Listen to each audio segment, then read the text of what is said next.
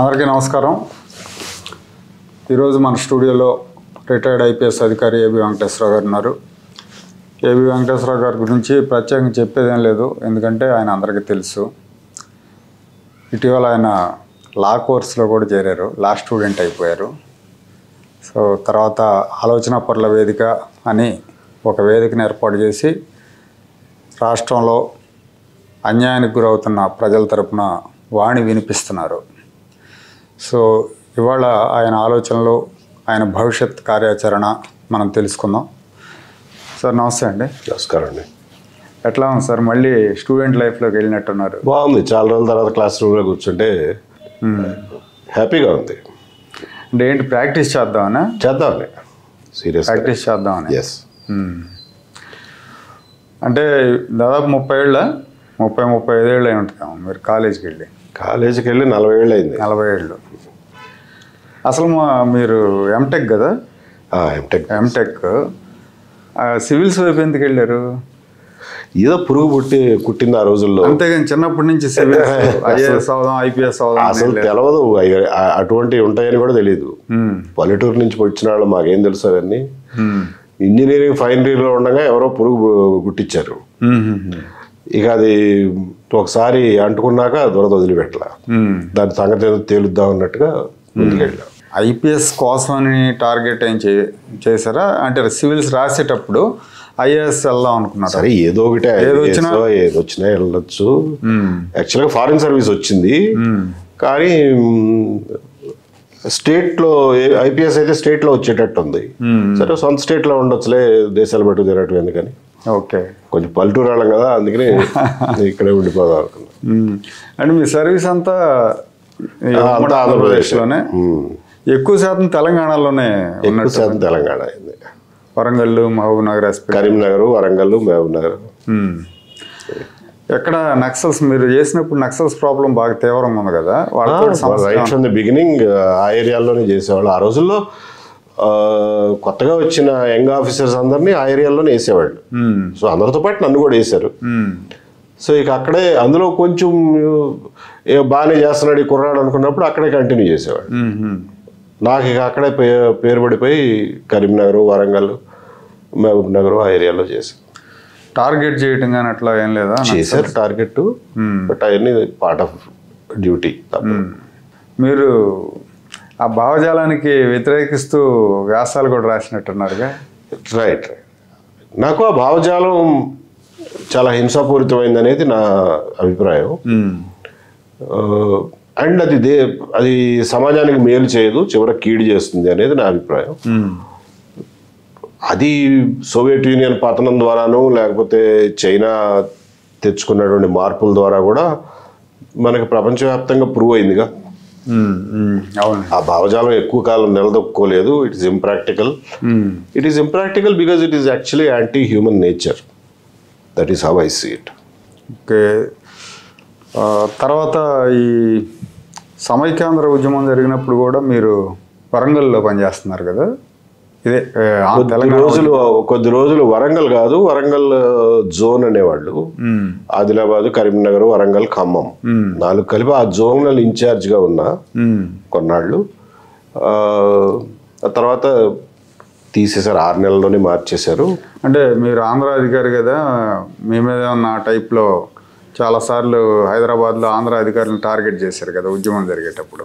ఆ రకంగా చేయలే, యాక్చువల్గా వేరే రకంగా జరిగిందిలేండి అది. అప్పుడు చంద్రబాబు నాయుడు గారు మెయిన్ హార్డ్ కోర్ ఏరియాలో తిరిగేవాళ్ళు. ఆదిలాబాదు పాదయాత్రలో ఉండే, పాదయాత్ర చేశారు కదా 2013లో. సో పాదయాత్ర చేసినప్పుడు అప్పుడే ఆదిలాబాద్ జిల్లా క్రాస్ అయ్యి కరీంనగర్ కరీంనగర్లో ఒక ఏరియాస్కి, కరీంనగర్ వచ్చేటప్పుడే అడ్డుకుంటామని గందరగోళంగా. ఆదిలాబాద్ జిల్లా భైన్సాలోనే ట్రై చేశారు. ట్రై చేస్తే అప్పుడు ఎంఆర్పిఎస్ వాళ్ళు ఉండి అటాక్ ఇచ్చారు. దాంతో ప్లస్ పోలీసులు కూడా అప్పుడు నేను అనుకోకుండా ఆ జోనల్ ఇన్ఛార్జ్గా ఉన్నా తెలిసి కొంతమంది ఆఫీసర్ని ఫోర్స్ని పంపించి దాన్ని కంట్రోల్ చేయగలిగాము. బైన్సాలోనే అడ్డుకోవాలని ట్రై చేశారు. తర్వాత కరీంనగర్ వచ్చినప్పుడు మానేరు రివర్ ఉంటుంది. మానేరుకి అవతలేమో వరంగల్, అవతల కరీంనగర్, ఇవతల వరంగల్. సో కరీంనగర్ నుంచి వరంగల్ వైపుకి వస్తున్నప్పుడు నక్సల్స్ పేరు మీద అటాక్ చేస్తారు, ఫ్యాటల్ అటాక్ ఉంటుంది అనేది ఒక రూమర్ వచ్చింది. అంటే పాత్రికేయ వర్గాల్లో ఒక రూమర్ వచ్చింది. ఇదేదో సీరియస్గా ఉండేటట్లుందిరా అని చెప్పి నేను ఎస్పీని వాళ్ళని అలర్ట్ చేసి, అప్పుడు పాలరాజు ఎస్పీగా ఉండేవాడు వరంగల్ రూరల్కి. సో అతన్ని పదవయ ఏదో జాగ్రత్తగా చూడాలని చెప్పి, అది బాగా లోపల area, Mogullapalli police station area, Mogullapalli Chityal area. So అది చాలా ఇంటీరియర్, అక్కడ దిక్కుదివాణం ఉండదు ఏమైనా జరిగినా కానీ అని చెప్పి నేను ఎస్పీ రాత్రి 10-11 ఈయన ఎక్కడైతే క్రాస్ అవుతున్నాడో ఆ ఏరియాకి వెళ్ళి దగ్గరుండి కొంచెం బందోబస్తు ఏర్పాటు అయ్యి చేసాం. దాన్ని ఏమని గాయించారంటే ఈయన చంద్రబాబు నాయుడు అభిమాని, అందుకని చెప్పి పాదయాత్రకి స్వాగతం చెప్పడానికి, సుగమం చేయడానికి వెళ్ళాడు అని చెప్పి ఒకటి గాయించారు. కాయిస్తే అప్పుడు Congress government, so within a few days transfer చేశారు. But doesn't matter. అసలు అప్పుడు ఆయన ప్రతిపక్ష నాయకుడు, ప్రతిపక్ష నాయకుడికి నా ఏరియాలో ఏదన్నా భద్రత కల్పించాలి, బాధ్యత నాది. ఏదన్నా జరిగితే మోరల్ రెస్పాన్సిబిలిటీ నాది అవుతుంది. కాబట్టి పోస్టింగ్ ఉంటే ఏంటి, లేకపోతే ఏంటి, ముందు అది ప్రయారిటీ కదా. సో అందుకని చెప్పి అప్పుడు ఇక అక్కడి నుంచి వరంగల్ దాటేంత వరకు కూడా చాలా జాగ్రత్తగా చూసాం. ఎందుకంటే ఎక్కడ పడితే అక్కడ కావాలని షాపులు బంద్ చేయించడం, ఈయన పాదయాత్ర వెళ్ళే దారిలో అవన్నీ చేసేవాళ్ళు. అప్పుడు టీఆర్ఎస్ వాళ్ళు బాగా అడ్డుకునేవాళ్ళు కదా. సో అప్పుడు ఆయన తెలంగాణలోనేమో టీఆర్ఎస్ వాళ్ళు అడ్డుకుంటామని గోల్ చేశారు. తర్వాత ఆంధ్రాలోకి వచ్చేసరికి తెలంగాణకు అనుకూలంగా లెటర్ ఇచ్చాడు కాబట్టి ఆంధ్రాలోకి రానివ్వం అని అట్లా అవన్నీ జరిగినాయి. తర్వాత సార్ మీ సర్వీస్లో బాగా సక్సెస్ఫుల్గా మీరు ఛేదించిన కేసు, అలాగే మెజరబుల్ ఫెయిల్యూర్ ఏమైనా ఉన్నాయా? సక్సెస్ఫుల్గా ఛేదించిన కేసులు 2-3 మంచి ఉన్నాయిలేండి. జూబ్లీ హిల్స్ బాంబ్ బ్లాస్ట్ కేసు ఉంది కదా, అదొకటి. పరిటాల రవిని టార్గెట్ చేసిన కేసు, అదొకటి సక్సెస్ఫుల్గా ఛేదించాం. అందరినీ వరదాపురం సూరి దగ్గర నుంచి అందరినీ అరెస్ట్ చేయాలి. మీరు అక్కడ పని చేస్తున్నారా? లేదు, అప్పుడు సిఐడిలో ఉండేవాడిని. Okay okay. So CID take up చేసింది. అనురాధ గారు హైదరాబాదు వైపు చూసుకునేవాళ్ళు, నేను రాయలసీమకి ఇన్ఛార్జ్ సిఐడిలో. సో నేను Rayalaseema side, Bengaluru side investigation నేను చేశాను. Okay okay. సో అట్లా అప్పుడు ఐఓ కూడా చాలా మంచి ఐఓ ఉండేవాడు. కేసు గట్టిగా బిల్డప్ చేసి అంతా చట్ట ప్రకారం చాలా జాగ్రత్తగా తీసుకునేవాడు. దాంట్లో 13 మందికి యావజ్జీవ శిక్ష పడింది. అవును. ఈవెన్ కాన్స్పిరేటర్స్ కూడా శిక్ష పడింది. కాన్స్పిరేటర్ని శిక్ష ప్రూవ్ చేయడం చాలా కష్టం. అదే యాక్చువల్గా బాంబ్ బ్లాస్ట్ జరిగిన రోజున వరదాపురం సూరి కర్నూలులో హోటల్లో ఉన్నాడు. అయినా సరే అతన్ని దీనికి బాధ్యుడిని చేయగలిగాం, అంటే ఆ లింక్ ఎస్టాబ్లిష్ చేయగలిగాం. చేసి అతనికి కూడా యావజ్జీవం పడింది అప్పుడు. అవును, సూరి కూడా జైల్లో ఉన్నాడు కదా.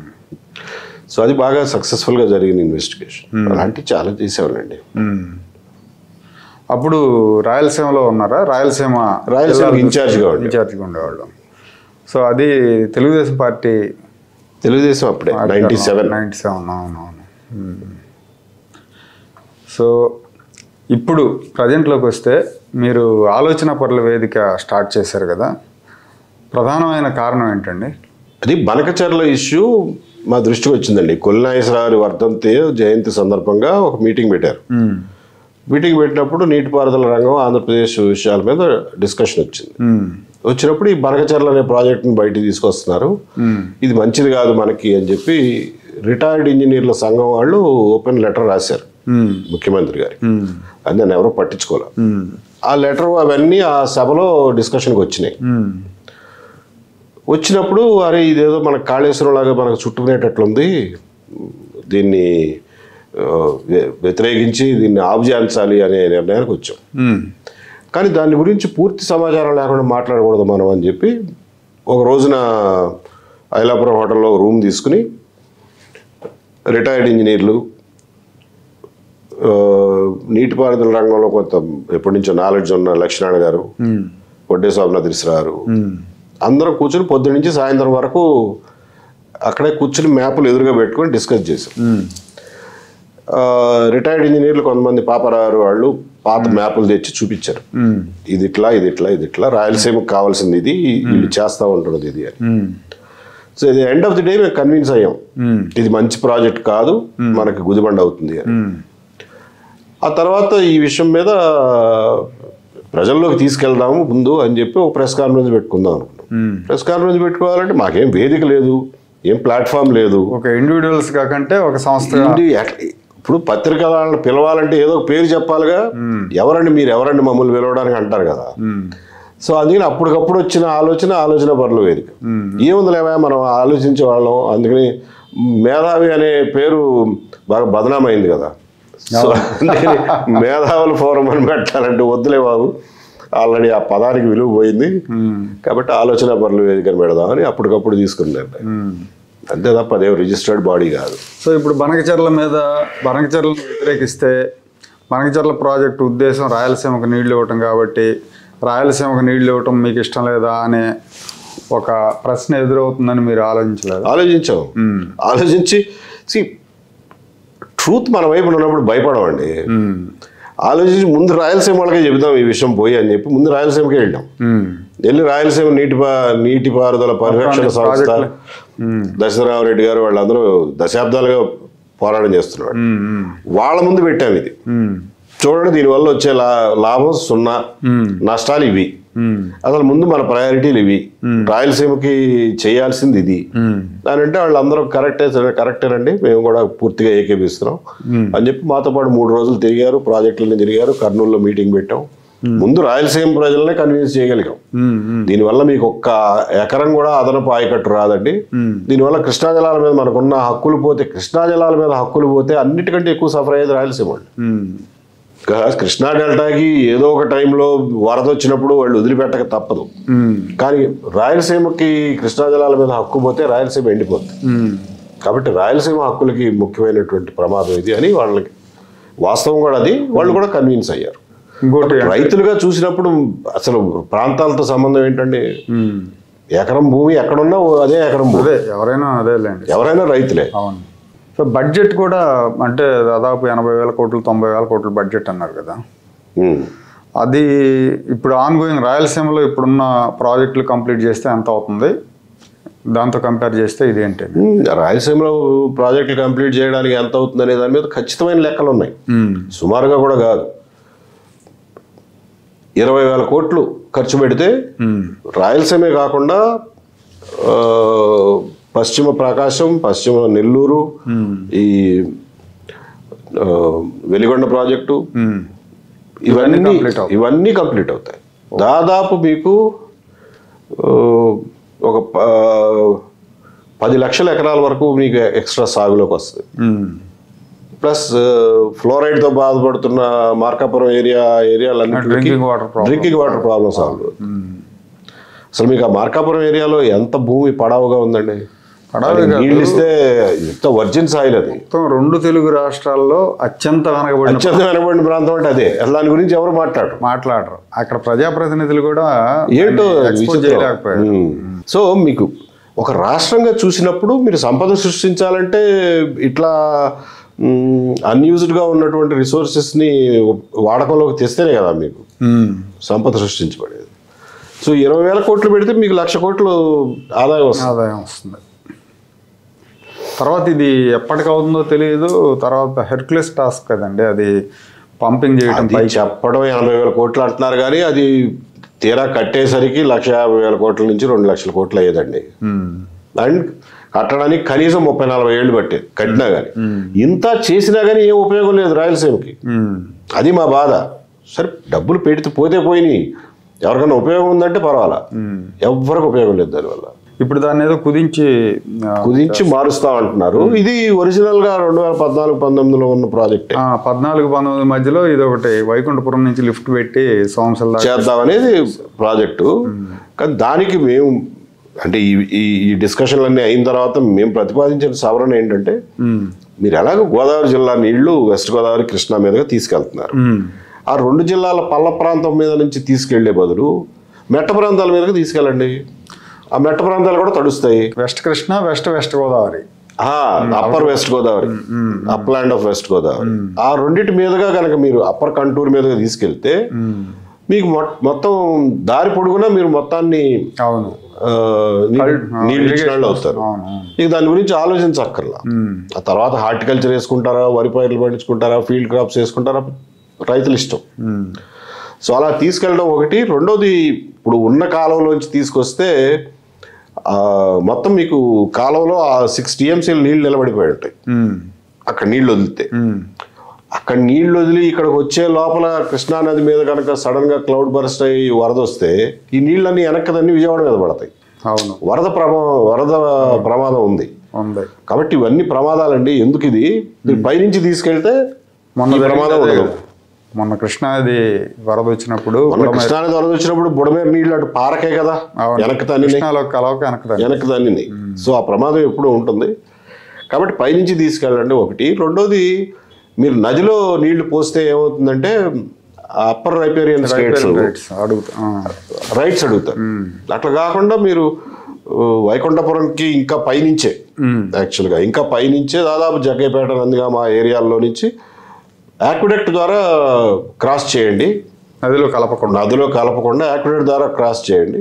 క్రాస్ చేస్తే ఈ కృష్ణా నీళ్ళ మీద ఎవరో రైట్ అడగడానికి ఉండదు. అదొకటి ప్రపోజ్ చేసాం. If it is possible they should do it. ఎందుకంటే లాంగ్ టర్మ్లో అది బెటర్. ఓకే, ప్రస్తుతం మీరు సమస్యల మీద పోరాటం చేస్తున్నారు.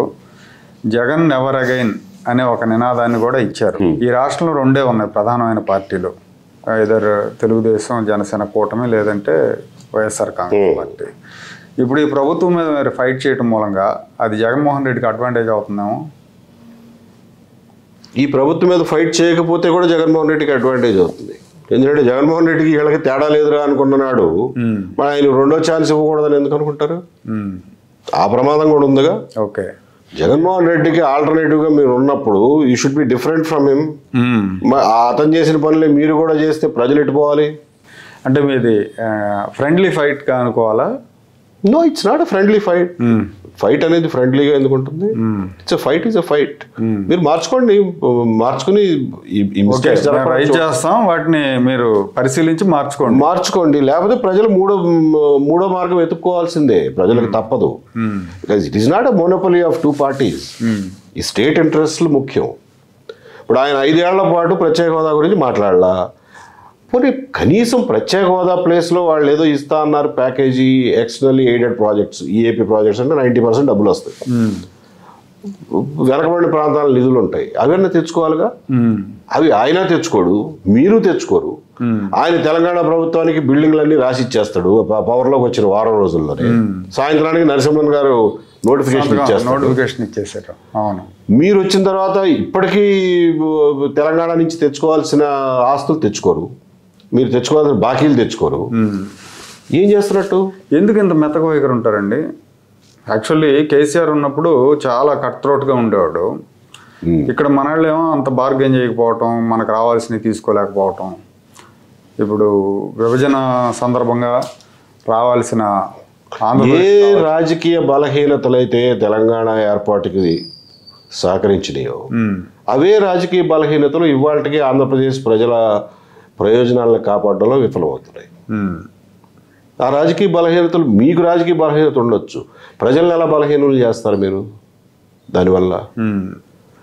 కాబట్టి ప్రజల ప్రయోజనాలు కాపాడుకోవడం ముఖ్యం. దాన్ని మీరు కాపాడకపోతే మాలాంటి వాళ్ళు ఎవరో ఒకళ్ళు వస్తాం. ఎవరో ప్రశ్నించరు, మేమిద్దరం కూడబలుక్కుంటే ఎవడు అడిగేవాడు ఉండడు అని ఎవరు అనుకోకూడదు. సో ఇప్పుడు మీరు బయటకు రావటం, ప్రశ్నించడం అంతా కూడా మీరు చంద్రబాబు నాయుడు గారు ప్రభుత్వాన్ని ఏర్పాటు చేసిన తర్వాత మీరు ఏదో ఆశించారు, ఆశించింది దక్కకపోవటం మూలంగా మీరు వచ్చి మాట్లాడుతున్నారనేది మీ మీద వాళ్ళు చేస్తున్నారు. కరెక్ట్. విమర్శ ఏంటి? చాలా మంది మనసుల్లో అదే ఉంటుంది. వీడేదో కోరుకుని ఉంటాడు రా, వీడికి ఇచ్చినట్లు లేరు, అందుకని ఏడుస్తున్నాడు, అందుకని బయటకు వచ్చి నోటికి వచ్చి. నేను చెప్పేది ఒకటే, నా పాతివ్రత్యాన్ని నిరూపించుకోవాల్సిన అవసరం ఏమీ లేదు. నేను ఏ ఉద్దేశంతో అంటున్నానో నాకు ప్రజా ప్రయోజనాలు ముఖ్యమో లేకపోతే నా ప్రయోజనాలు ఏదో నెరవేరలేదు కాబట్టి నేను చేస్తున్నాను అనేది నేను సమాధానం చెప్పాల్సిన అవసరం కూడా లేదు. నేను సమాధానం చెప్పినా కన్విన్స్ అయ్యేవాడు ఎవడు ఉండడు అక్కడ. కాబట్టి నేనేమి ప్రయత్నం కూడా చేయను. ఆ విషయాన్ని అట్ట వదిలేద్దాం. నేను మాట్లాడే మాటల్లో నిజం ఉందో లేదో మీరు గమనించుకోండి, ఆలోచించుకోండి. నిజం ఉంటే నిజం ఉన్నంత మేరకు నమ్మండి, లేనప్పుడు మీరు చెప్పేది తప్పండి అని చెప్పండి. అంతేగాని నా మోటివ్స్ని ప్రశ్నించడం ఎందుకు? దానికి నేను ఏం సమాధానం చెబితే మీరు కన్విన్స్ అవుతారో చెప్పండి. అంటే జనరల్గా ఏంటంటే మీకు ఏదో ఒకటి వస్తుందని అందరూ అనుకున్నారు అప్పుడు. అసలు అనుకుంటున్నారు పాపం, వాళ్ళు ఇచ్చారు కూడా. ఒక రకంగా చెప్పాలంటే ఏదో ఇచ్చారు కదా, మరి వాళ్ళకి తోచింది ఇచ్చారు, మీరు తిరస్కరించారు. అవును, తోచింది ఇచ్చారు, నాకు నచ్చలా, నేను చేరలా. అంటే ముఖ్యమంత్రి గారు మీకేదో మీరు ముందు సిస్టంలోకి వస్తే తర్వాత మీరు అనుకున్నది చేయొచ్చు అని చెప్పి అన్నారని అంటారు.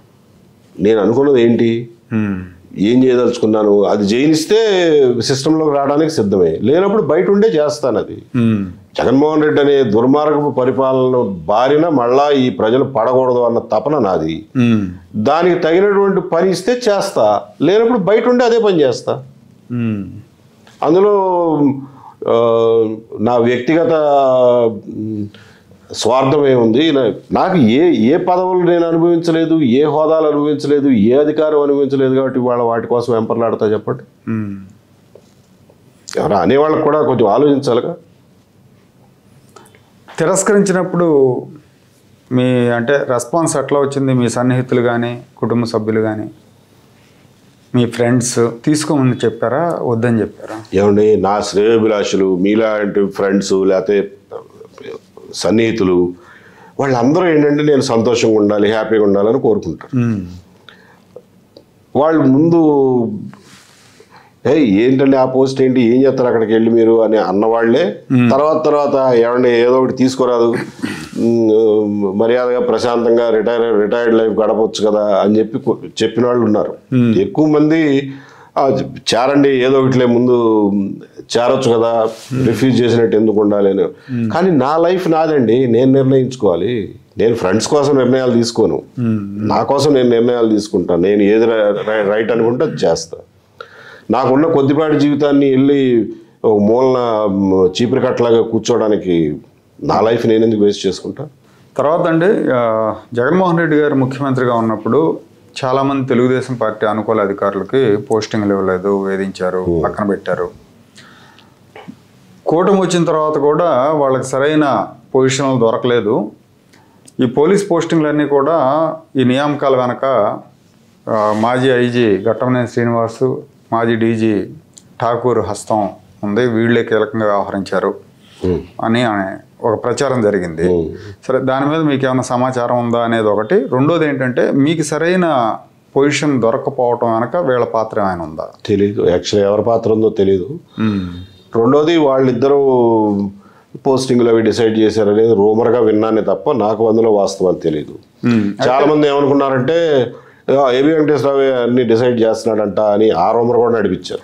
మొదట 6 నెలలు అదే నడిచింది. ఆ రూమర్ వీళ్ళే నడిపించారని కూడా ఇంకొక రూమర్ నడిచింది. అందులో ఏది నిజమో ఏది ఎంతవరకు నిజమో నాకే తెలియదు. అంటే మీరు కీలకం అయితే అక్కడ వాళ్ళది నడవదనే ఉద్దేశంతో మీరు అడిగారు కాబట్టి చెప్తున్నా. నేను ఏనాడు ఏ పోస్టింగ్ విషయంలోనూ కలగ చేసుకోవాలి, నన్ను ఎవరు అడగలా, నేను ఎవరికి చెప్పలా. నా వరకు నేను క్లారిఫై చేయగలుగుతా. మిగిలిన పాత్ర ఎంత ఉందన్నది నాకు తెలియదు. కాకపోతే ప్రో టీడీపీ ఆఫీసర్లకి కొంత అన్యాయం జరిగింది అనేది ఉంది. దాని మీద మీ ఒపీనియన్ ఏంటి? జరిగిందంటారా, న్యాయం జరిగిందంటారా? కొద్ది రోజులు ఇబ్బంది పడ్డారు కానీ చివరికి ఎక్కడో చోట అకామిడేట్ చేసినట్లున్నారులేండి. ఎవరిని అంతగా పూర్తిగా ఏమి వదిలేయలే.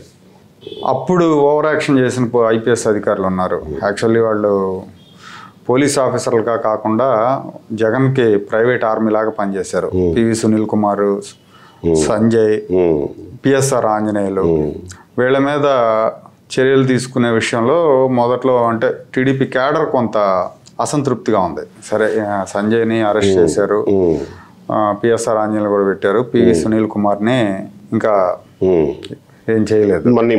నోటీస్ ఇచ్చారు రమ్మని. మేబీ అది రఘురామకృష్ణరాజు గారు పదే చేస్తాం మూలంగా ఇచ్చారేమో. ఎందుకు ఇట్లా అంటే పోలీస్ అధికారులు ఇలా వ్యవహరించడం ఎంతవరకు సమంజసం అండి? ఏ పోలీస్ గతంలో కూడా ఎప్పుడూ లేదు ఇంతగా పోలీస్ అధికారులు ఒకరిని మోయటం అనేది, ఒక పార్టీ తరఫున పనిచేయటం అనేది. సరే నన్ను అన్నవాళ్ళు నన్ను అన్నారుగా, మీరు అట్టాగే ఉండేవాళ్ళు అని. సో నేను ఇవాళ వచ్చి శుద్ధులు చెప్పినట్టు ఉంటుంది, కానీ నన్ను అన్ననాడు నేను అదే చెప్పా. అయ్యా మీ దగ్గర 5 ఏళ్ళు టైం ఉందయ్యా, 5 ఏళ్ళ టైంలో నేనేం చేశానో కరెక్ట్గా కాగితం మీద పెట్టండి, నన్ను నిలదీయండి, బోన్లో నుంచోబెట్టండి, నేను సమాధానం చెప్పుకుంటానన్నా. ఒక లేని ఆరోపణలను సృష్టించి నా మీద కేసు పెట్టారే తప్ప ఇప్పుడు వీళ్ళందరూ 23 మంది ఎమ్మెల్యేలు నువ్వే లాక్కెళ్ళిపోయావంట. అదే ఇప్పుడు జగన్మోహన్ రెడ్డి చంద్రబాబు కోసం పనిచేశాడు, ఇంటెలిజెన్స్ అని అన్నాడు కదా. 3 మంది ఎమ్మెల్యేలు మా వాళ్ళని తీసుకెళ్ళి లాక్కుపోయాడు, కరెక్ట్ అన్నాడు కదా. అన్నప్పుడు కనీసం దాని మీద క్రిమినల్ కేసు పెట్టగలిగితే పెట్టు. తర్వాత పార్టీకి అనుకూలంగా సోషల్ మీడియా నడిపాడు, ఇవన్నీ కూడా ఆరోపణలు చేశాడు. కరెక్ట్. సో నేను నిజంగా చేసి ఉండుంటే క్రిమినల్ కేసు పెట్టు. పోనీ క్రిమినల్ కేసుకి సరిపడా సాక్ష్యాలు దొరకట్లేదా అనుకోండి. కొన్నిసార్లు క్రిమినల్ కేసుకి సరిపడా సాక్ష్యాలు దొరకకపోవచ్చు. కనీసం డిపార్ట్మెంట్లో ఎంక్వైరీ వేయి, నువ్వు ఇవన్నీ చేసావు నిజమా కాదా అని చెప్పి కనీసం నా దగ్గర సమాధానం అడిగి రాబట్టుకో, రిటర్న్గా సమాధానం అడిగి రాబట్టుకో. అది కూడా చేయలేదుగా. చేయకుండా ఇవాళ వచ్చి నువ్వు 23 మంది ఎమ్మెల్యేలు లాక్కెళ్ళావనంటే అది గాలితనం అవుతుంది. అరే 5 ఏళ్ళు ఏం చేసావా నీ ప్రభుత్వం? మీ ప్రభుత్వం ఉన్నప్పుడు 5 ఏళ్ళు ఏం చేశారు? కనీసం దాన్ని నాకు ఒక డిపార్ట్మెంటల్ ఎంక్వైరీ కూడా వేయలేదు, దాని మీద నన్ను ఒక ఎక్స్ప్లెనేషన్ కూడా అడగలా, షోకాజ్ నోటీస్ ఇవ్వాలా. ఇవాళ ఎందుకు మాట్లాడతారు దాని గురించి?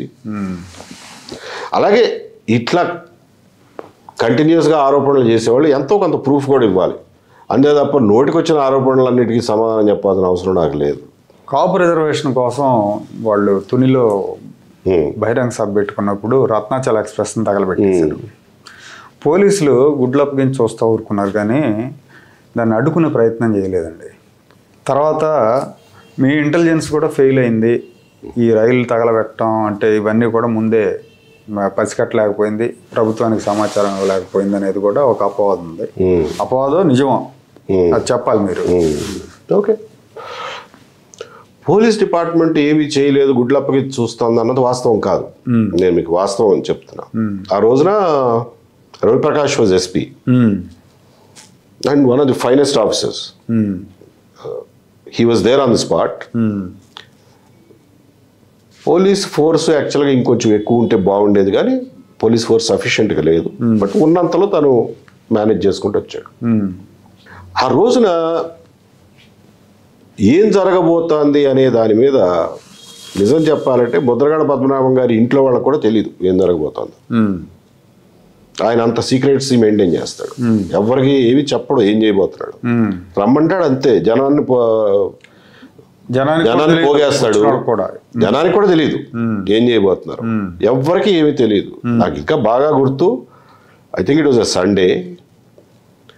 నేను పొద్దున్నే 9 వెళ్ళి ఆఫీసులో కూర్చున్నా, ఇవాళ ఈ ఈవెంట్ ఉందని చెప్పి, చాలా జాగ్రత్తగా ఉండాలి అని చెప్పి పొద్దున్నే 9 దగ్గర నుంచి ఆఫీసులో కూర్చుని మానిటర్ చేస్తున్నాం ఏం జరుగుతుంది అని. పొద్దున్నే అందుబాటులో ఉన్న రాజకీయ నాయకులు అందరినీ అడిగారు, ఏంటండి ఇవాళ ఏంటి ప్రోగ్రామ్, అసలు ఏం చేయబోతున్నారు అని. రూలింగ్ పార్టీ వాళ్ళని, అపోజిషన్ పార్టీ వాళ్ళని, అక్కడికి వెళ్ళిన నాయకుల్ని అందరికీ ఫోన్లు చేసి అడిగారు, ఏంటండి ఈ ప్రోగ్రామ్ ఏంటి అంతా సీక్రెట్గా పెట్టారు, సస్పెన్స్గా పెట్టారు అని. వాళ్ళు ఎవ్వరు కూడా మాకెవ్వరికి ఏమి తెలియదు సార్ అన్నారు. వాళ్ళెవరికి ఏం తెలియదు నిజంగానే. మీటింగ్ స్టార్ట్ అయిన తర్వాత ఆయన ఒక 10 నిమిషాలు మీటింగ్ చెప్పాడు. మీటింగ్ చెప్పిన తర్వాత అప్పటికప్పుడు వెళ్ళి మేము రాస్తారోకో చేస్తామండి అని అనౌన్స్ చేశాడు. అనౌన్స్ చేసి హైవే మీద కూర్చుండిపోయాడు. జనం అందరూ ఎక్కడెక్కడి నుంచో వచ్చారు. జనం వచ్చినప్పుడు ఆ జనం అందరూ అటు ఇటు పరుచుకునేసరికి పక్కనే రోడ్డు పక్కనే రైల్వే లైన్, ఆ ట్రాక్ మీద కూడా వెళ్ళారు జనం. ఈ ట్రాక్ మీద జనం చూసి ఇప్పుడు వచ్చే రైలు ఆగింది అక్కడ. ఆగినప్పుడు కొంతమంది మోటార్ సైకిళ్ళు విపరీతంగా ఉంటాయిగా, మోటార్ సైకిళ్ళలో పెట్రోలు అవి తీసి దాని మీద పోసి పెట్టారు. Nobody knew what was going to happen.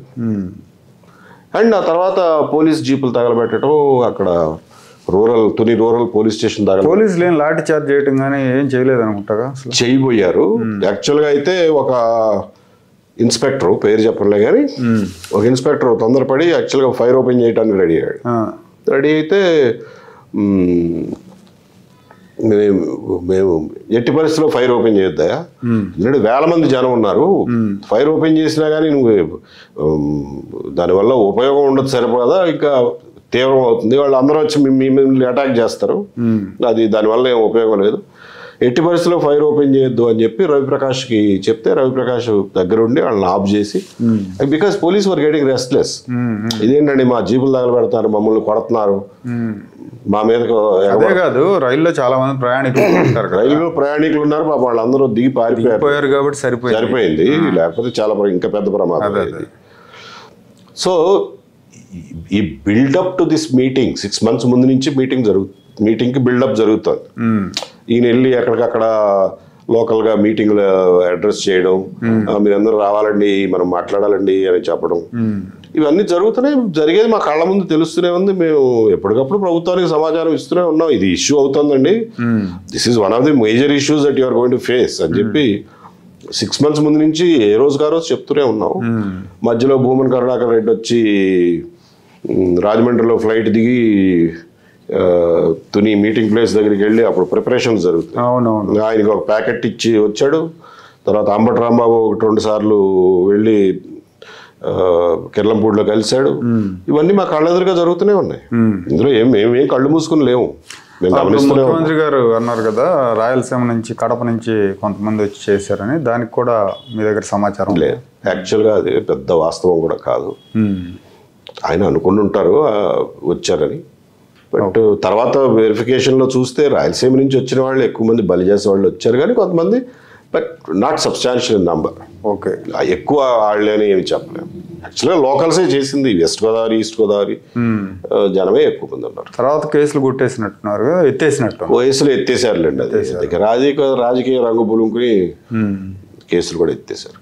It is not that పోలీసులు చేతులు కట్టుకుని అయితే కూర్చోలా ఆ రోజున, కాకపోతే they were overpowered that day.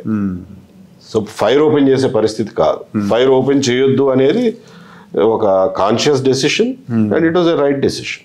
Okay, but కొన్ని మేము పోస్ట్ ఇన్సిడెంట్ కొన్ని విషయాల్లో మెతక వైఖరి అవలంబించడం వల్ల తప్పు జరిగింది. We should have been tougher incident అయిన తర్వాత. ఇన్సిడెంట్ అయ్యేంత వరకు వాళ్ళు ఏం చేయబోతున్నారో తెలియదండి మీకు. మీరు ఊహించుకుని ఏం అరెస్టులు చేస్తారు? ఓకే, ఊహించి మీరు పలానా చేయబోతున్నారు అని చెప్పి మనం ఊహించలేం కదా. కానీ ఇన్సిడెంట్ జరిగిన తర్వాత ఫ్యాక్ట్స్ మీ ఎదురుగా ఉన్నాయి కదా, అప్పుడైనా టఫ్ డెసిషన్స్ తీసుకోవాలి కదా. అది తీసుకోవడంలో ఫెయిల్ అయ్యాం.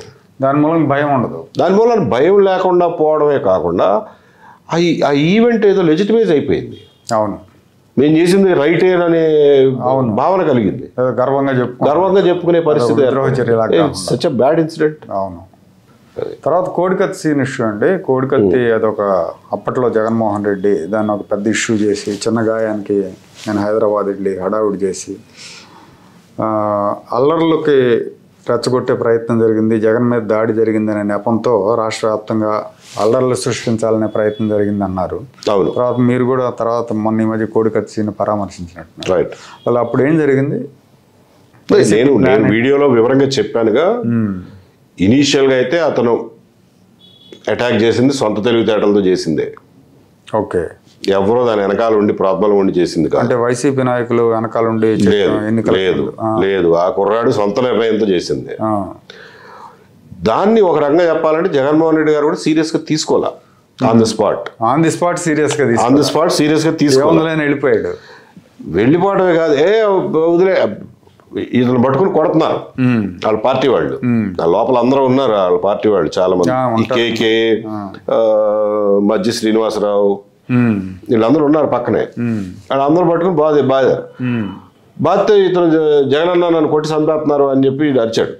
అరిస్తే వదిలేండి పిచ్చోళ్ళలాగా ఉన్నాడు అని చెప్పి అన్నాడు ఈయన అని వెళ్ళిపోయాడు. వెళ్ళిపోయి షర్టు ఫస్ట్ ఎయిడ్ చేయించుకోండి అంటే ఏం అవసరం అంత చిన్న దెబ్బలే అన్నాడు. తర్వాత సరే ఫస్ట్ ఎయిడ్ చేశారు. చేసినాక పక్కన నాగేశ్వరరెడ్డి వాళ్ళు ఉన్నట్టున్నారు, కొత్త షర్ట్ ఇచ్చారు. కొత్త షర్ట్ వేసుకుని ఆయన హైదరాబాద్ వెళ్ళిపోయాడు. హాస్పిటల్కి వెళ్దురు కానీ రండి సార్ అని చెప్పి అక్కడ ఎయిర్పోర్ట్ ఆఫీసర్లు వాళ్ళు చెప్తే కూడా వద్దులేండి హైదరాబాద్ వెళ్ళి చేయించుకుంటాలే చూపించుకుంటాలే అన్నాడు. హైదరాబాద్ ఎయిర్పోర్ట్లో దిగిన తర్వాత అంటే ఇక్కడ నుంచి ఫ్లైట్ టేక్ ఆఫ్ అయిన తర్వాత వీళ్ళ ఆలోచనలు మారినాయి. మారి హైదరాబాద్ ఎయిర్పోర్ట్కి వెళ్ళిన తర్వాత విజయసాయి రెడ్డి గారు ఎయిర్పోర్ట్కి వచ్చాడు. ఆయన బుక్ చేసి ఉంటాడు. వచ్చి అక్కడ విఐపి లాంజ్లో గంట సేపు కూర్చుని వీళ్ళందరూ మాట్లాడుకుని దీన్ని ఇలా ప్రొజెక్ట్ చేద్దాం అని చెప్పి అప్పటికప్పుడు సిటీ న్యూరో హాస్పిటల్కి తీసుకెళ్ళి అక్కడ పడుకోబెట్టి ఫోటోలు గిటోలు తీసి ఇక రచ్చ మొదలెట్టారు. అది జరిగింది. అదొకటి. తర్వాత వివేకానంద రెడ్డి హత్య మార్చిలో ఎన్నికలకు ముందు. వివేకానంద రెడ్డి హత్య విషయంలో కూడా ఇంటెలిజెన్స్ ఫెయిల్ అయింది, నాకు సరైన సమాచారం చెప్పలేదని చంద్రబాబు నాయుడు గారి ఇటీవల కాలంలో కూడా చెప్పారు. అక్కడ కూడా మీ ఫెయిల్యూర్ ఉందా? లేదు, అది ఆయనకి ఏం గుర్తుంటదండి 6 ఏళ్ల తర్వాత. ఏదో లీలగా గుర్తుండి ఉంటుంది. ఇప్పుడు ఆ కేసులో జనరల్ గా మనం ఆ హంతకులను పట్టుకోవడంలో ఫెయిల్ అయ్యాం అనేది అందరి మనసుల్లోనూ ఉన్నదే, నా మనసులో కూడా ఉంది అది చెప్పాలంటే. అంతే తప్ప స్పెసిఫిక్ గా ఎవరి కారణం అనేది యాక్చువల్ గా ఆయనకు గుర్తుండే అవకాశం లేదు. ఎందుకంటే మర్చిపోతాం 5 ఏళ్ల తర్వాత న్యూఆన్స్డ్గా ఆ రోజున ఏం జరిగిందో మినిట్ టు మినిట్ ఏం గుర్తుంటుంది. యాక్చువల్గా జరిగింది ఏంటంటే పొద్దున్న 7ంటికి కవర్ వచ్చింది వివేకానంద రెడ్డి చనిపోయారు అని. ఎట్లా చనిపోయారు? వాళ్ళు ఎవరైనా వివేకానంద రెడ్డి గారు పెద్ద ఆయనే కదా, చనిపోవడానికి 100 కారణాలు ఉండొచ్చు, మర్డర్ అని ఎవరు ఇమీడియట్గా అనుకోం కదా. ఎట్లా చనిపోయారా అంటే గుండెపోటు అంటున్నారు సార్ అని ఒకడు అన్నాడు. ఎందుకంటే స్క్రోలింగ్ వస్తుంది అప్పటికే టీవీలో స్క్రోలింగ్ వస్తాను, గుండెపోటు అంటున్నారు సార్ అన్నాడు. ఇంకొకడేమో సార్ బాత్రూంలో కమోడు తగిలి తలకు దెబ్బ తగిలింది, లేదా గోడ కొట్టుకుని తలకు దెబ్బ తగిలింది అంటున్నారు సార్ అని ఇంకొకడు అన్నాడు. ఇప్పుడు ఈ శంకరయ్య అనే అతను ఇన్ఫార్మ్ చేయలేదు ఉన్నతాధికారులకి. ఫస్ట్ అక్కడికి వెళ్ళింది అతనే డిపార్ట్మెంట్. కరెక్ట్. అతను ఇన్ఫార్మ్ చేస్తే ఎవరికి చేస్తాడు? ఎస్పీకి చేస్తాడు. ఎస్పీ డీజీకి చేయాలి. వాళ్ళు చేశారో లేదో నాకు తెలియదు, ఆ లైన్ లో వెళ్ళిందో లేదో తెలియదు. మాకు ఇంటెలిజెన్స్ వాళ్ళు ఉంటారుగా, వాళ్ళు పొద్దున్నే మా కంట్రోల్ రూమ్ వాళ్ళు చెప్పారు పొద్దున్నే 7ంటికి ఇట్లా ఈయన చనిపోయారు అని. అలాగా ఎలా చనిపోయారు అని అంటే ఇలా గుండెపోటు అని వస్తాను సార్ అన్నాడు. మనకేం తెలుసు గుండెపోటు అనుకుంటాం. సో తర్వాత ఇంకొక అరగంటకి స్క్రోలింగ్ ఇట్లా వస్తాను సార్ అని అంటే సరే మన వాళ్ళని వెళ్ళి చూడమనవా ఏం జరిగిందో అని అంటే ఒక హోంగార్డ్ ఉన్నాడు పాపం ఆ టైంలో. మా వాళ్ళు కూడా ఇన్ఛార్జ్ ఉన్నట్లేడు, పులివెందులకు ఒక ఇన్ఛార్జ్ ఉంటాడు, అతను ఎస్ఐ హెడ్ కానిస్టేబుల్ ఉన్నట్లేదు. హోంగార్డ్ వెళ్ళాడు ముందు. హోంగార్డ్ వెళ్ళిన తర్వాత హోంగార్డ్ని రానిట్లేదు సార్, లోపల రానిట్లేదంట అన్నారు. అరే రానిపోవడం ఏంటా, వాళ్ళు ఎవరు ఆపటానికి? వివేకానంద రెడ్డి గారు చనిపోతే అసలు ఏం జరిగిందో వెళ్ళి చూడాల్సిన బాధ్యత మంది, చూసే హక్కు మనకు ఉంది. వాళ్ళు ఎవరు రానిపోవడానికి, ఎందుకు రానిరు అని చెప్పి గట్టిగా చెప్పు, వెళ్ళి లోపలికి వెళ్ళి చూసి చెప్పమని ఏం జరిగిందో అని చెప్పి గదమాయించాం. గదమాయించిన తర్వాత ఇక ఇట్లా జరిగిందన్నాక నేను ఎస్పీకి ఫోన్ చేశాను. అప్పుడు రాహుల్ దేవ్ శర్మ ఉంటే ఫోన్ చేసి చూడవా ఏంటి వివేకానంద రెడ్డి గారు చనిపోయారని, ఎడ చనిపోయారో ఏంటో కనుక్కో, మా వాళ్ళని వెళ్ళనట్లేదంట, మీ లా అండ్ ఆర్డర్ పోలీసులు పంపించి చూడు అని అంటే ఎస్ సార్ ఎమ్మటే పంపిస్తాను అన్నాడు. సరే ఉదయం టైంలో కదా, ఇప్పుడు మనకు అనుమానం రాలా అప్పటికి. ఇంకా అనుమానం రానప్పుడు దాన్ని ఎందుకు సీరియస్గా తీసుకుంటాం, మామూలుగానే ఉన్నది. మొత్తానికి కొద్దిసేపటి తర్వాత ఇట్లా రక్తం అది ఉంది సార్, ఇన్స్పెక్టర్ వెళ్ళాడు అన్నారు. సరే మా హోంగార్డ్ని అడిగితే మా హోంగార్డ్ని రానిట్లేదండి, లోపల వాళ్ళ ఫ్యామిలీ మెంబర్సే ఉన్నారు, మా ఇన్స్పెక్టర్ వెళ్ళాడు, ఇంకా ఏం మాకు సమాచారం తెలియట్లేదు అన్నాడు. నేను మళ్ళీ ఎస్పీకి ఫోన్ చేసి ఇదేదో తేడాగా ఉంది, నువ్వు ముందు అర్జెంట్గా బయలుదేరి వెళ్ళు అన్నా. ఎందుకంటే వివేకానంద రెడ్డి గారు చనిపోతే నార్మల్గా చనిపోయినా కానీ కొంత భావోద్వేగాలు ఉంటాయి, న్యాచురల్ డెత్గా అయినా కానీ. ఎందుకంటే ఎలక్షన్లో ఇంకో వారం రోజుల్లో ఎలక్షన్, వారం కాదులేండి 1 month, 25 రోజులు, 20-25 రోజుల్లో ఎలక్షన్. నువ్వు వెళ్ళి ఇమీడియట్గా అన్నా. అలాగే సార్ వెళ్తానన్నాడు. బట్ ఆయన వెళ్ళేసరికి 10:30 దాదాపు అయిపోయింది. ఈ లోపల సమాచారం ఏమొస్తుంది, అక్కడ బాత్రూమ్ నిండా రక్తం ఉందన్నాడు, కమోడికి రక్తం అంటుకుందన్నాడు, బెడ్రూమ్లో రక్తం మరకలు ఉన్నాయన్నాడు. ఎవళ్ళు కూడా అసలు ఈ గాయాలు ఉన్నాయని కానీ, ఈ వెపన్ గాయాలు ఉన్నాయని కానీ ఎవడు చెప్పట్లా. నేను సరే డీజీ గారికి చెప్పాను, అప్పుడు ఎస్పీకి చెప్పాను. ఎస్పీని తోస్తున్నా, ఎల్లవయ్యా నువ్వు తొందరగా వెళ్ళు ఎందుకంటే నాకు తెలుసు పులివెందుల్లో ఎప్పుడైనా కానీ లోకల్ ఆఫీసర్స్ మీద మనం ఆధారపడి డిపెండ్ అవ్వలేం. ఎందుకంటే భయంలో ఉంటారు, అక్కడ వాతావరణం వేరుగా ఉంటుంది. ఎప్పుడైనా సరే సీనియర్ ఆఫీసర్ వెళ్తే అన్ని సర్దుబాటు అవుతాయి. అంతకుముందు కూడా ఒకసారి అట్లాగే ఇతనే అనుకుంటా, అప్పుడు రవి, ఎమ్మెల్సీ రవి, బీటెక్ రవి ఏదో ఛాలెంజ్ చేశాడు, అవినాష్ రెడ్డి ఛాలెంజ్ చేశాడు. రా తేల్చుకుందాం అంటే తేల్చుకుందాం అన్నారు. పూలంగళ దగ్గర తేల్చుకుందాం రమ్మన్నారు. వెళ్తున్నారు. వెళ్తుంటే వీళ్ళ మనుషులు వాళ్ళ మనుషులు అరుచుకుంటా కేకలేసుకుంటా ఉన్నారు. ఉంటే ఆ రోజు నేను అప్పుడు ఎవరో డిఐజీ ఉండేవాడు. డిఐజీకి సార్ పులివెందుల్లో మీకు తెలియదు సార్, చాలా ప్రమాదం సార్, అది ఇదని నాకేదో చెప్పబోయాడు. డిఐజీ చేతగాని మాటలు చెప్పమాకండి, ఏదో తమాషగా ఉంది. పులివెందులు అంటే ఏమన్నా ఏమో పంజాబ్ కాశ్మీర్ లాంటివి చూసాం మేము, నక్సలైట్ ఏరియాల్లో అర్ధరాత్రులు అపరాత్రులు లేకుండా తిరిగిన వాళ్ళం, నువ్వు ఊరికే నన్ను భయపెడతావేంటి, పిచ్చి మాటలు మాట్లాడమాక, నీకు చేత కాబట్టి పక్కన ఉండు అని చెప్పి ఎస్పీ ఉన్నాడు ఆ రోజుల్లో. ఈయనేనో ఇంకొకళ్ళు, ఈయనేనో మరి ఈయనే అనుకుంటా, ఎస్పీ మహంతి గారు అబ్బాయి కదా? కాదు, మహంతి గారి అబ్బాయి తర్వాత వచ్చాడండి, ఇతనే అనుకుంటా, రాహుల్ దేశార్మే అనుకుంటా. ఎస్పీ నువ్వు వెళ్ళవా, వెళ్ళి నుంచో పోలంగల్ సెంటర్లో నుంచో నువ్వు. నేనేమన్నానంటే బీటెక్ రవి, అవినాష్ రెడ్డి పోలంగళ సెంటర్లో ఎదురుబెదురుగా నుంచి డిబేట్ చేస్తానంటే కావాల్సిన పరిస్థితులు క్రియేట్ చేయాల్సిన బాధ్యత మంది. ఏంటి భయం, ఎందుకు భయపడాలి, మాట్లాడుకోమనండి, మాట్లాడుకుంటామనే కదా అంటే యు క్రియేట్ ఏ సిచ్యువేషన్ అని ఎస్పీని వెళ్ళమంటే ఎస్పీ వెళ్ళి కర్ర పుచ్చుకుని అందరిని కొట్టారా? కొట్టాల్సిన అవసరం లేదండి. ఎస్పీ కర్ర పట్టుకుని నుంచుంటే పోలంగళ దగ్గర అందరూ పారిపోయారు. అంత భయం వాళ్ళకి పోలీసులు చూస్తే. వాళ్ళని చూసి వీళ్ళు భయపడేది ఏంటి, కర్ర చూపిస్తే వాళ్లే పారిపోతారు. సో ఆ రోజున అక్కడ అందరినీ చెదరగొట్టేశారు. చెదరగొట్టిన తర్వాత బీటెక్ రేవ్ అన్నాడు, సార్ అదేంటి ప్రెస్ క్లబ్, అదేదో ప్రెస్ క్లబ్ ఏదో ఒక చిన్న ప్లేస్ ఉందంట పులివెందులు, ప్రెస్ క్లబ్ లో డిబేట్ పెడతా ఉంటున్నారు సార్, అక్కడికి వెళ్తా ఉన్నాడు. మంచిది, వెళ్ళండి, 100% వెళ్ళండి, మీకు వాతావరణం క్రియేట్ చేసే బాధ్యత పోలీసులుగా మేము తీసుకుంటాం, వెళ్ళండి డిబేట్ చేయండి. అక్కడ ప్రజాస్వామ్యంలో డిబేట్ చేయాలి కానీ ఊరికే వాడు వీడు కర్రలు తెచ్చుకుంటే ఏం తేలుతుంది వ్యవహారం అని చెప్పి వాళ్ళ ప్రెస్ క్లబ్ లో డిబేట్కి ఏర్పాట్లు చేసాం ఆ రోజున. సో ఇవన్నీ ఉన్నాయి, నాకు ఐడియా ఉంది పులివెందుల గురించి. నేను ఏఎస్పీ అండర్ ట్రైనింగ్ ఉన్నప్పుడే కడపలో చేశాను, నాకు తెలుసు వాళ్ళ గురించి.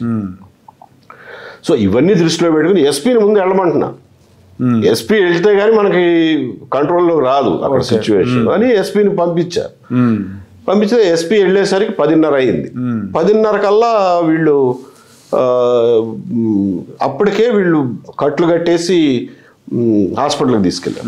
హాస్పిటల్కి తీసుకెళ్ళగానే డాక్టర్లు అసలు కట్టు ఓపెన్ చేసి చూడగానే ఇది మర్డర్ అండి అన్నారు. ఎస్పీ వెళ్ళి నాకు ఫస్ట్ చెప్పింది ఏంటంటే, సార్ ఇది మర్డర్ కింద డిక్లేర్ చేశారు డాక్టర్లు, it is a murder case అన్నాడు. అమ్మమ్మమ్మ ఇది మర్డర్ కేసా అని చెప్పి ఇమీడియట్గా అప్పటిదాకా పత్రికల్లో కూడా ఏం స్క్రోలింగ్ లేవు, ఎంతసేపు గుండె నొప్పి కమోడు యాక్సిడెంట్, విజయసాయిరెడ్డి మీడియాతో అంటాం గుండెపోటుతో. సో అని ఇవన్నీ కథలు చెప్తా వచ్చారు. సో ఎస్పీ ది మూమెంట్ ఈ told me that it is a murder, ఇంకా నేను ఆగకుండా అప్పుడు చంద్రబాబు నాయుడు గారు అప్పుడు ఎలక్షన్ బిజీలో ఎవరితో మాడుతా అంటే డైరెక్ట్గా వెళ్ళడం కుదరక చీటీ రాసి పంపించా. వివేకానంద రెడ్డి మరణం హత్య మర్డర్గా డిక్లేర్ అయింది, so investigation will go on అని. అంటే ఆయనకి సమాచారం ఇవ్వడం వరకే. ఇక ఆ తర్వాత ఒకసారి మర్డర్ అని డిక్లేర్ అయిన తర్వాత it is a law and order issue, it is a investigation issue. Investigation చేసేది ఎవరు? లోకల్ ఎస్పీ, డిఐజీ చూసుకోవాలి, డీజీ పర్యవేక్షించాలి, వాళ్ళు కదా చేయాలి. ఇంకా ఇంటెలిజెన్స్ ఏంటి, ఫెయిల్యూర్ ఏంటి, బూడిది. మాట్లాడటానికైనా మనకి అర్థం కావాలిగా. ఇన్ని నువాన్సెస్ ఏం గుర్తుంటాయి ఆయనకి 6 ఏళ్ల తర్వాత. అందుకని ఏదో గుర్తుకొచ్చినంత వరకు చెప్పినట్టున్నారు. అప్పుడు మీకు జరిగింది ఇది. అప్పుడు మీకు సమాచారం ఉందండి అవినాష్ రెడ్డి లేదంటే వీళ్ళ పాత్ర ఉందనేది? లేదండి, దగ్గర వాళ్ళ పాత్రే ఉందని. ఇదంతా జరిగిన తర్వాత అప్పుడు వెనక్కి తిరిగి మొదలెట్టాం. అసలు ఏం జరిగిందిరా ఈ పొద్దున్న నుంచి ఏం జరిగింది అనేది, మర్డర్ అని తెలిసిన తర్వాత పొద్దున్న నుంచి ఏం జరిగింది అనేది ఇంక వివరాలు తీసుకోవడం మొదలెడితే అసలు గుండెపోటు అని ఎందుకు చెప్పారా ఇప్పుడు దాకా, ఎవడరా ఈ అబద్ధం బనాయించింది అని చెప్పి చూస్తే సాక్షిలో అతని పేరేంటి శ్రీహరి, ఏం శ్రీహరి, పూడి శ్రీహరి, అతను పిఆర్ఓ, పూడి శ్రీహరి సాక్షిలో ఇన్పుట్ ఎడిటర్, తను మొదలెట్టాడంట స్క్రోలింగ్ గుండెపోటని.